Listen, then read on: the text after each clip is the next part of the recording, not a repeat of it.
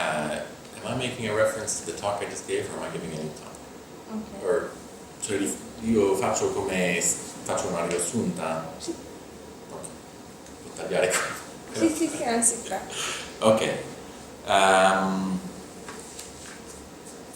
So the talk I just gave discussed the persistence of an Islam state, what I call an Islam state, by which I mean the complex of services and infrastructure that exist in mostly Sunni countries, but in particular in North Africa and Turkey.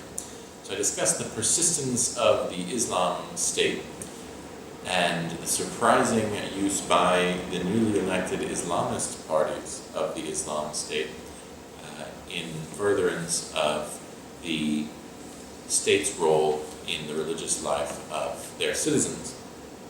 Now this is an interesting development in part because the same Islamist parties were of course largely the victims of that Islam State during their decades in opposition. And so one could expect that when they came to power, they would actually try to slowly unwind or devolve this power that the state has accumulated over the last 50 or 60 years. Now, what are those powers? Well, they include religious education, of course, but they also include the training and staffing of imams for mosques, the appointment of theologians in ulama councils, and as well the creation of No, scusi lei. Comunque va benissimo così. Okay. So the persistence of ho perso la fila.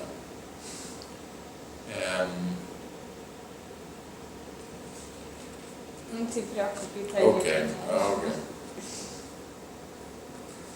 So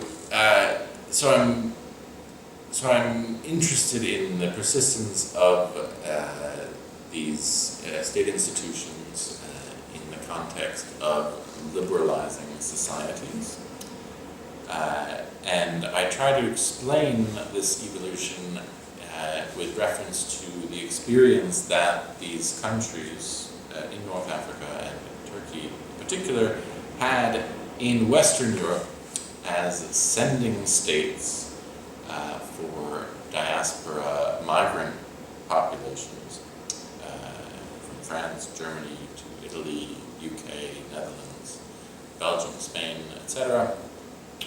All these countries had an important role in the diaspora's religious lives. Religious life basically between the 1970s and 1980s and the early 2000s. European governments had decided to essentially outsource the governance of Islam as a religion to these sending states. But over time, that bargain proved to be unhealthy for integration. It also failed to take into account the development of a huge non-governmental field of organizations, including a lot of political Islam federations in basically every country. So I argue that the experience of this European consultation in individual European states, which produced in some cases councils, Islamic councils, representative bodies that were designed to essentially take care of the organization of the infrastructure of the religion in Europe for the diaspora. I argue that the experience of competing for and serving in these Islam councils has had interesting effects on the state-Islam relationship at home. The Muslim diaspora, which really can be considered a Turkish diaspora, Moroccan diaspora, Algerian diaspora, and so on and so forth, continue to play a very important role in their home countries' political and religious lives. To a certain extent, they are able to organize themselves politically and religiously and much more freely in European countries still than they can at home. And of course, they are the source of billions of dollars in remittances for these home countries.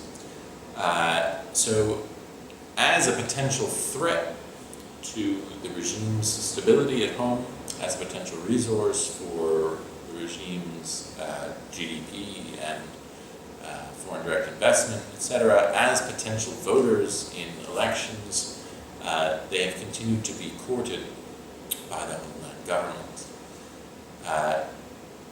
This has, in interaction with individual European states' development of Islam councils, produced some interesting results.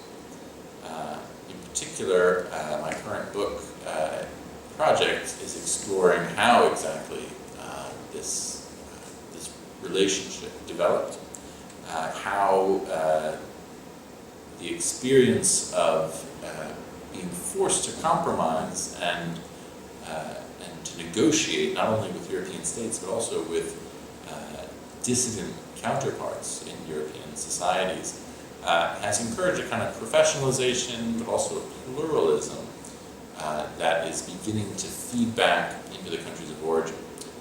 So this brings me back to the initial point about where the Islam State, where this complex of institutions and really tens of thousands of mosques, hundreds of thousands of employees,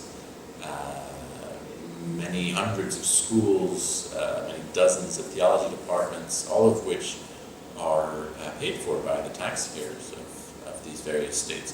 What direction they will go in the post-Turkish Spring or the post-Arab Spring era. And I just want to note that I date the Turkish Spring to the election of the Prime Minister Erdogan to about a decade ago. And the Arab Spring we date to the winter of 2011. And so the steps that these countries now take with regard to how they organize the religion, and in particular to what extent the religion is disestablished in the coming political order, is for me an open question, and so I'm exploring how that's evolving as a function of the development of minority Islam in